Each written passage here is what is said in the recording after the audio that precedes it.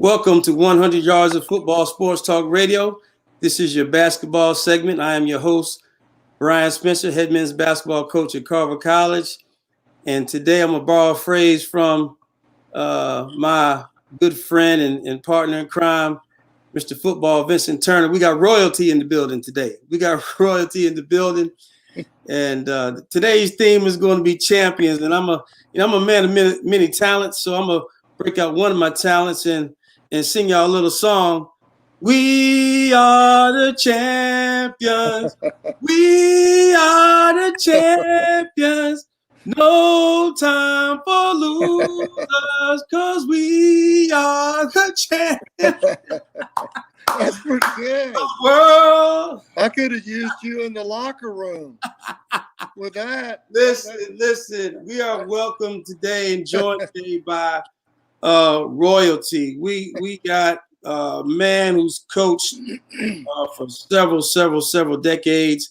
Coached teams with finished with national rankings, D1 players, 3-time coach of the Georgia High School Basketball Coach of the Year, 6 state titles, 1982 at Campbell High School, 1996 at Tucker High School in DeKalb County.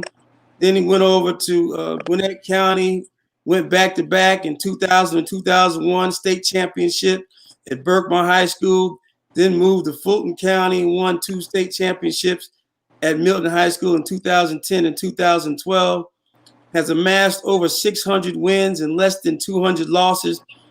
I'm talking to none other than the one and only Coach David Boyd. Coach, how you doing today? Well, Brian, I like that introduction. I'm going to have to hire you as my agent. Hey, as long as the check comes with it, we can do it. I know that's right. Oh, but listen, Coach, man, it's an honor, man. It really is. It's really an honor to have you on the show. And I know when we talked the other day, I told you I met you back in you were just taking a job at Riverdale High School, and you were at an AAU tournament, and I knew who you were, but you didn't know who I was. But you was just sitting there by the door in a chair, and you talked to me. Me and you started talking basketball, and you talked to me like you've been knowing me for years, man. And I had a guy on last week, Josh Howard. He was the same way, and I just really appreciated some of the stuff that you told me. As we're joined by one of your proteges, Coach Will Witherspoon. Coach, how you doing, Coach? I'm good, man. How are you? What a surprise. How you doing, Coach? Spoon. It was hard. It was hard to try to keep this a surprise, Will, man. Oh, man. It's so good, man, good to see you. It's good to see you too, Coach. Yeah, you're looking good, man. Oh, I'm trying, Coach. I'm trying, man. You know about this coach life, man. It's stressful. Yeah, I tell you what, there's not much rest for the weary. And then when you add in all the hours at school and then trying to raise a family, it adds up to a lot of time and effort and energy. But I'm real proud of the job that you're doing at Walnut Grove, and got off to a great start this year, and I see great things for you. I knew you had a great understanding of the game when you played for me. Brian, he really was a catalyst that got us in the state championship his sophomore year. He came and just made such a huge difference. And I could tell then that he had a great future. And then his senior year led us to a historic state championship. I don't think there had been a state champion in boys basketball in Gwinnett in many, many years. I think maybe Decula won one way back in the 70s. But that state champion, and Will led the way. Right. Well, let's talk about that, Coach, because because me and you talked, man, and when we talked, we had a great conversation. We talked for about an hour, and when I brought Coach Witherspoon up, and some of the things that he had already told me about you, and me and him talked, you got emotional, Coach, and I was struck by that, man. Just what led to those emotions, man, when I mentioned his name and some of the things that he said about you. Well, he just laid it all on the line for me, and he was all in. Didn't care anything about stats, nothing like that. Didn't care anything about accolades or personal credit. All he was interested in was helping the team win and win at a high level. And he had a tremendous amount of toughness about him. He didn't let anything phase him out there. We got down 16 to west side of Macon in the semifinals, and we knew if we could ever get those jokers out of that 2-3 zone and play us man, that we're fixing to ring them up. and finally, we got them out of that 2-3 zone late, and I looked at Will, and I said, "It's time to go to work."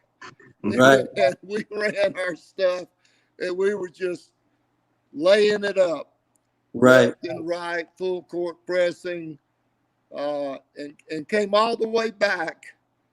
And I think we ended up winning by 2 points. And Right. Right. But I came down to Macon and watched you guys in state championship game, and what I liked about your team and the way you guys warmed up, man, was you had got the foul line and extra post, and they throwing behind the back passes, and wrapping around through the leg, and that was for me. I like that. I mean, it was some fun. So Will tell me something about Coach, man, that made it fun playing for him, or just something that people might want to know about Coach. This guy's a legend, so tell us something that people may not know about him that they'd like to know.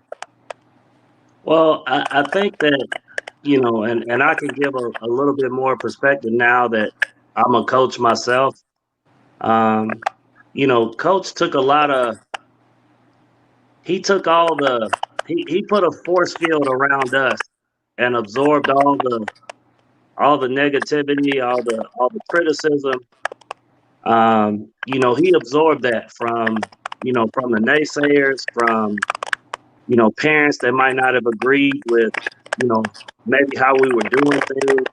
And, that force field allowed us to stay focused. And he always did a really good job of, we never knew about it, and as a coach now, being on the opposite end of it, I understand just how much of that there is, on that aspect of it.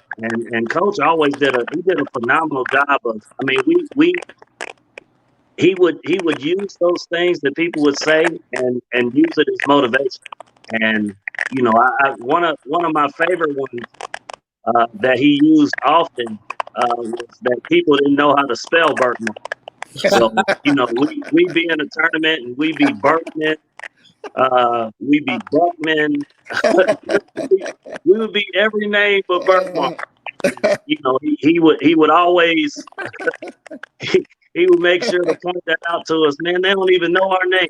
They don't know our name when we leave from here. So Coach always did a good job of just taking something that could have been used in a negative light and using it as a motivational tool, or just keeping us from it so we could stay focused on the task. And I always being on that side of it now, I'm trying to do that myself, and it's a lot harder. It's a lot harder than he made it. Than he made it seem. He made it seamless. A lot of haters out there.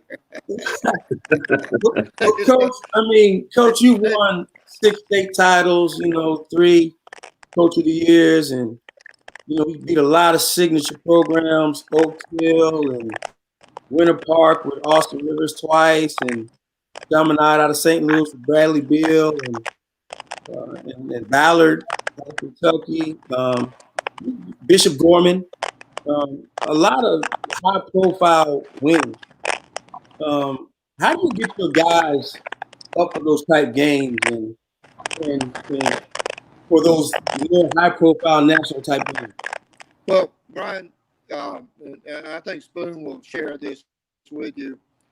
There's a fine line between being overconfident and confident. Right. And as a coach, you have to balance that. But it is so critical that your team believe in what you're doing, that your team believe that you can compete with and beat these powerhouse, nationally known teams by doing what you do well, by playing hard, by defending, by being fundamentally sound, by taking the last shot at the end of the quarter so that you might get the ball back to start the next quarter and score 6 points before they ever get possession of the ball. Right. And then emphasizing plays underneath the basket, where if you could pick up an extra 2 points, 4, 6, 8, that's the difference in most games. Right. Most games are between 3 and 7 points. And so we were never afraid. And then when we got into state tournament, because we played such a difficult schedule, nobody that we played in the state tournament was better than the best team we had played in a national tournament. So we had the confidence that we could play with anybody once we got into the region and state tournament. That was a tremendous asset for our program. And then the guys took a lot of pride in it, wearing that Berkmar shirt and representing the school and the program. And the other thing I think most of the guys respected, and I think Spoon can speak on this, is it didn't matter who you were.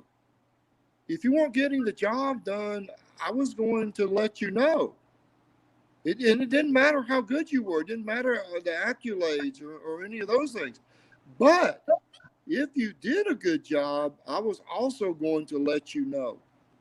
So I tried to be very fair with the guys, demanding high expectations, tough on them. But those Berkmar teams, I'm telling you, they were fun to coach. I mean, I think one year we went 30-2 and didn't lose a game in the state of Georgia. We were 25-0. Right. I mean, those teams don't get enough recognition, from a historic perspective. But, the bottom line is you can't take those achievements away from those great teams and great players like Spoon. But I think our biggest guy was maybe 6'5", Clark Williams. We had to go against Kwame Brown, 6'11", 270, shooting threes and just ridiculous. We were able somehow to beat them twice. Just, fantastic. Right. Just great memories for me. Right. Well, you won you won 6 titles, and Coach Witherspoon, I want you to chime in on this as well. From just from playing for Coach Boyd, you won 6 titles, and that just doesn't happen. You won 6 titles in 4 different places, 4 different schools. So obviously there's some formula to that. It's not just happening. What are your main keys when it comes to developing like a winning culture at your institution, at your school? Well, I just think you have to do everything with high expectations. We started out with tremendous strength and conditioning. I know Spoon can remember running around that track. Now, how was Will? He was pretty good. Okay. He wasn't gonna win the Olympic mile run, but he got it. He got it in 6 minutes, which I is made what we. the time. I made the time. There you go, Coach. But you also have to be fortunate, Brian, to have kids who buy in, who are unselfish, who are coachable, high character.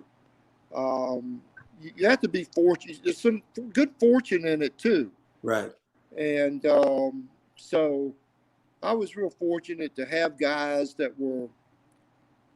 I think the greatest asset is to have a team that's unselfish and concerned about winning. And that's hard, Spoon. That's hard to find that guy anymore, especially in this day and age with the media and AAU and all that kind of stuff. And let me get mine. And it's tough to find that guy that wants to sacrifice. That's one of the. You want to speak to that, Coach Spoon? Yeah, I think we lost him. But okay. I mean, Coach, that's one of the main things.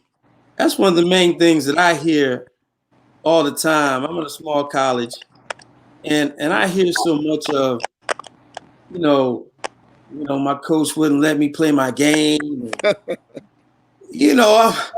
And Will, you at the high school level, I'm sure you're one of the coaches that that the kids are telling me about. They're saying that they're like, Coach Spoon will let me play my game. Not you particularly, just that level.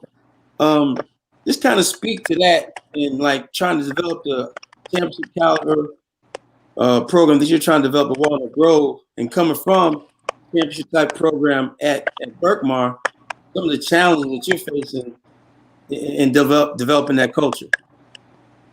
Well, I like Coach said, I think initially it's getting everyone to kind of buy in, to what you're selling, and they need to really believe the things that you're telling them. And I think when you're taking over a program based on, you're inheriting, someone else's culture and you're trying to change it to your own, there are growing pains with that. You're gonna, people are used to doing things a certain way, and you're coming in and you're changing the way that they practice. You're changing the structure of practice. You're changing, the way they prepare. Maybe their game day ritual. All those things, change. Once you take over, and it's just, the not even the most difficult part, but it's just getting the kids to believe that what you're doing serves them best. And I think sometimes the kids are, because we are worried about ourselves, it's just getting them to fall into that that selfless mind state. And one of the things that Coach Boyd did a good job of, he talked about that. I wasn't concerned with accolades, but when we won, I got a ton of them. And I was able to get Player of the Year, and I set some Gwinnett County records that I'm still in the books for now. And it's one of those things that you don't necessarily get those opportunities if you don't win at a high level. Adrian Borders, one of my teammate still holds a record for shooting 100% in national tournament games. Right. He outdid Kevin Garnett. Yep. But part of the reason he was able to do that is because coaches, he had sold us on if someone's open, you make the right play. And, for whatever reason, Adrian was open a lot that particular game. And, he scored at a high level. But, again, Adrian's one of those guys that, he didn't necessarily wow you, with his stat lines. But we all bought into, the system and the culture. We all benefited from it. Everyone on that team benefited. We had my senior year, we had several guys that didn't play a lot, but they all got college scholarships. Right. Because we won.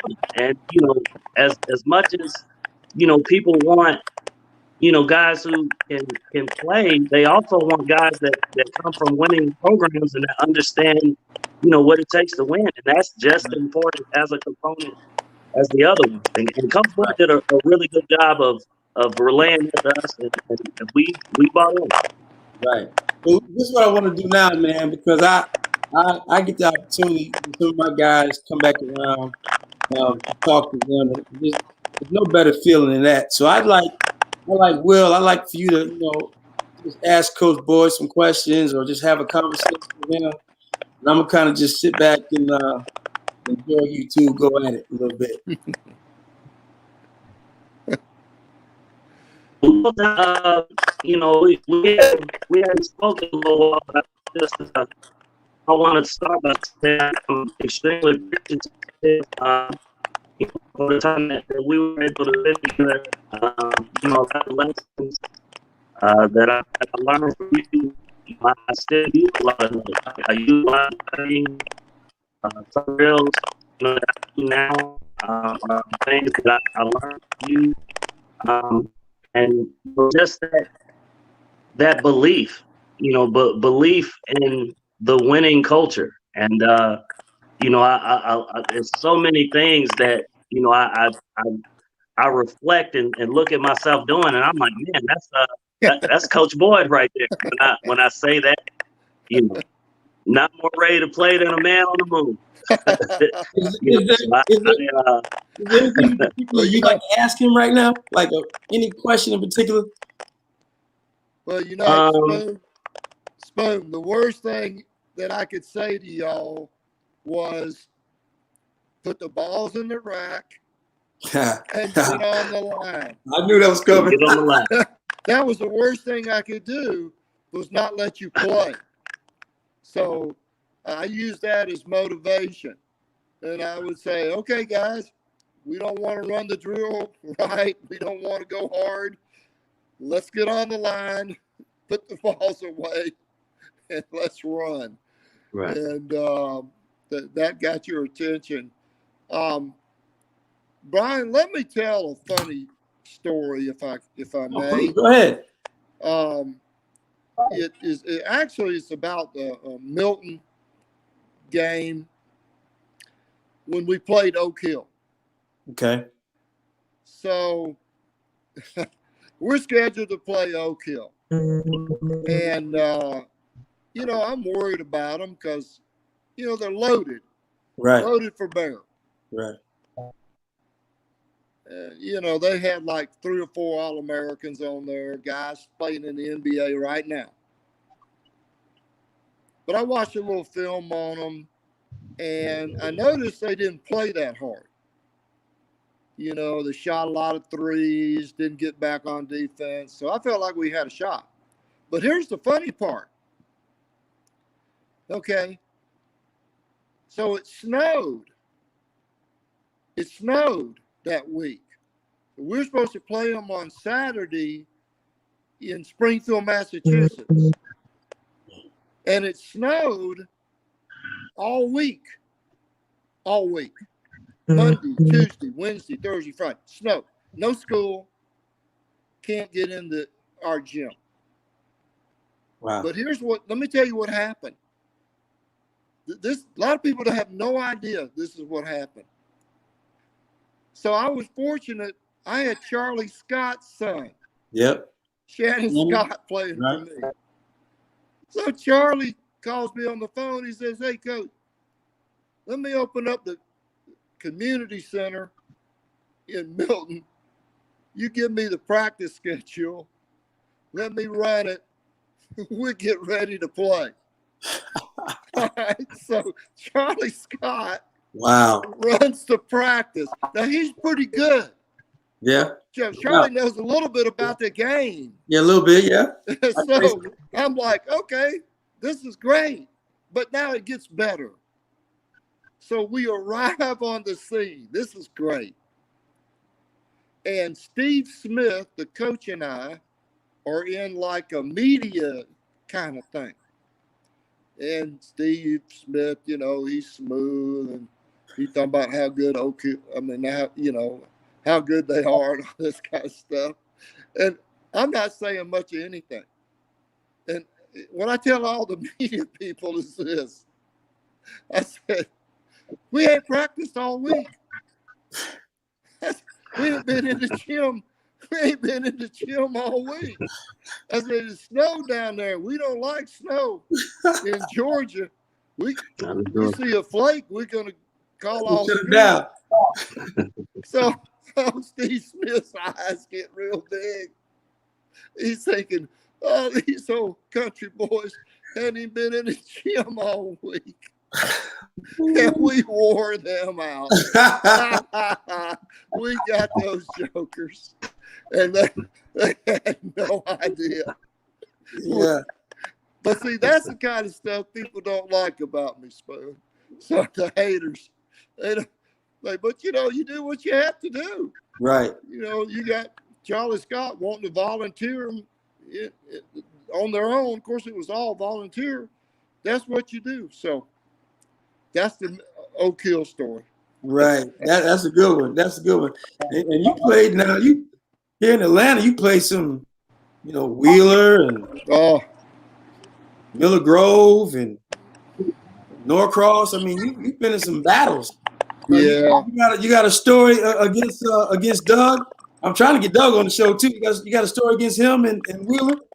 Well, I was there at Gwinnett Center. Well, I'll tell you this. My first year at Milton, they had to run the clock on us. I mean, he was killing us. Right. I mean, he was up like 45. And then he was running his delay game and just carving us up. But I knew we had something for him that next year. And I knew it was going to be different. And so I shook his hand and said, that's a great game, Doug. We look forward to see you guys next year. And it was a little different story. Yes, it was. We got him 3 in a row. I don't know if anybody's ever beat Doug 3 in a row, but that joker, let me tell you something. He is a coaching fool. Lipscomb. Man alive, you did not want to play his team unless you brought a stick. Right. Because he fixing to put some on you that you will not forget. And he could coach. Right. Those guys played hard. Man alive. I think Doug is very underrated as a coach. And back when Spoon was playing, we played against some great Marietta teams. Right. Too, that were right. good. You know, with Dale Ellis's son. Right. Chris Ellis. Mm-hmm. Keon Boyd, who now I think is the head coach. Where is he? He's in Paulding County. Got a really good program, but okay. Yeah, we had some great battles, and then Norcross. Oh man, we were so fortunate to beat them one year in the round of 8. Right. they called a foul, and the clock showed there was no time on the clock. Mm-hmm. And I'm begging that it was before the clock went off.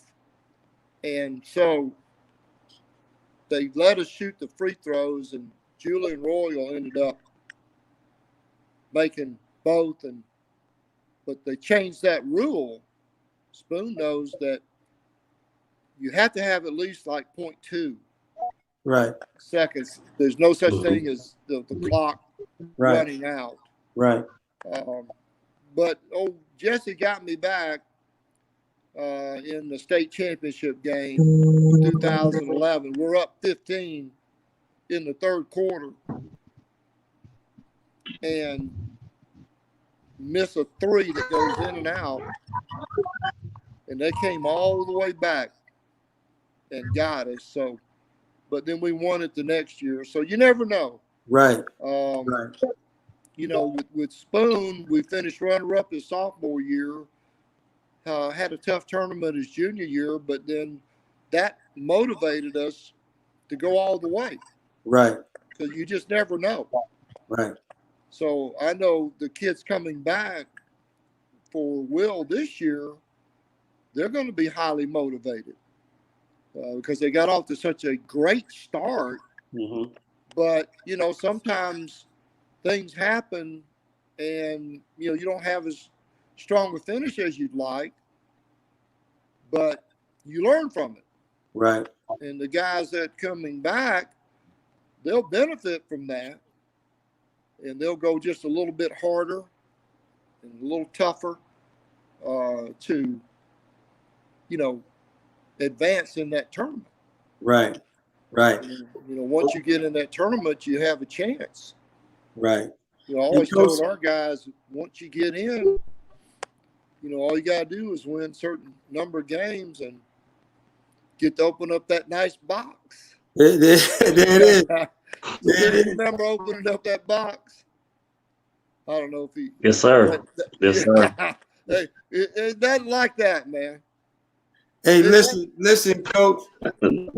We up against the clock, Coach. We got to have you back on, man. Hey, you know me, I could go another 2-3 hours talking hoops, especially with my guy William Witherspoon on board. Hey, we got to do it. Listen, let me tell you, Brian, that guy epitomized the kind of player I want to coach. Right. Epitomized it. Right. Bought in, all team oriented, high character, right, leadership, right, clutch. Oh, that joker hit, you know, he might not be the greatest shooter, but I'm telling you, come big clutch time, it was good. Money. Right. Boom was money. We're like, that's good. Get in the press. That's huge, good, man. That's huge. And man, I wish we could keep going, but we got to cut it off. But we got to have you back, Coach. We got to have you back. But I got to give Coach Spoon, some last comments to Coach Boyd. I love you. I love you too. I'm so happy to see. So, you're South Georgia, and I wish you the best. And I'll be hitting you up, man. I need to set. I need to check this. I need something. I need something. So I'll be reaching out to you soon. All right. Hey, Coach. Hey, listen, Coach. We got to have you back on. Let you talk about what you're doing now, volunteering at Brunswick High School. Yeah, mentoring a lot of kids, really mentoring kids in need, and it's been it's been a wonderful experience working with these kids, all homegrown, right? Some tough situations, right? But kids getting scholarships, D free, they're going all over. There you go. And so that's what we're doing. That's what I'm doing. I'm mentoring every day. I'm sending a message to a kid, and I'm telling them, if you want to be good, there aren't many choices. You got to do it the right way. Right. That's it. Right. So yeah, it's great talking to you. Oh, most definitely. Brian and Spoon, love you, man, and be pulling for you. Tell your family I said hello. Great family, the Witherspoons, legends in Lilburn. No doubt about it. I've been fortunate to be a part of this conversation with two legends. I've said it before, Coach Witherspoon. You can't mention basketball in the state of Georgia, definitely not in Gwinnett County, without talking about the Witherspoons. And you definitely can't talk about coaching of any kind or state titles or winners of any kind in Georgia high school basketball without mentioning you, Coach Boyd. So I'm honored and privileged to have both of you guys on today with me. We got to do this again, Coach. Promise you're going to come back. I would enjoy it and look forward to it. Good. Thank you, sir. Appreciate it. Listen, you guys, this is 100 Yards of Football Sports Talk Radio. This has been your basketball segment. I'm your host, Coach Brian Spencer. Been joined today by the legend, Coach David Boyd, and also Coach Will Witherspoon of Walnut Grove High School. We'll be back again next week with another great guest. And until next week, remember, a life is not important, it's the impact it has on other people's lives. So go and impact somebody's life in a positive way. Until next week.